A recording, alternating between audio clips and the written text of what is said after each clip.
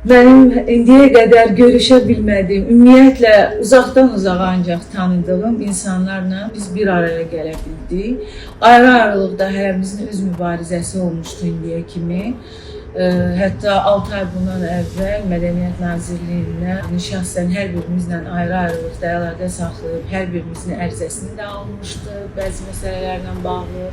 Elə oldu ki, bu problem yarananda şərhlərdə öz fikirlərini yazan insanlarla qərara gəldi ki, bugün görüşək. Bəli, bu illərlə bu problemlər davam edib. Bir sənətçi olaraq Dünyada təmsil eləmək istəyən bir caz vokalçı kimi mənim bütün yollarım bağlanır Mədəniyyət Nazirliyi tərəfindən, ən əsası da ki, Mənzər Nurəliyev tərəfindən. Və bugün də qərarı aldıq ki, biz bunu bir masa arxasında müzakirə eləyək. Mədəniyyət Nazirliyinin işçisi Mənzər Nurəliyeva haqqındadır. Uzun müddətdir mən və bir çox sənət adamları adlarını çəkməyəcəm çünki siyahı uzundur.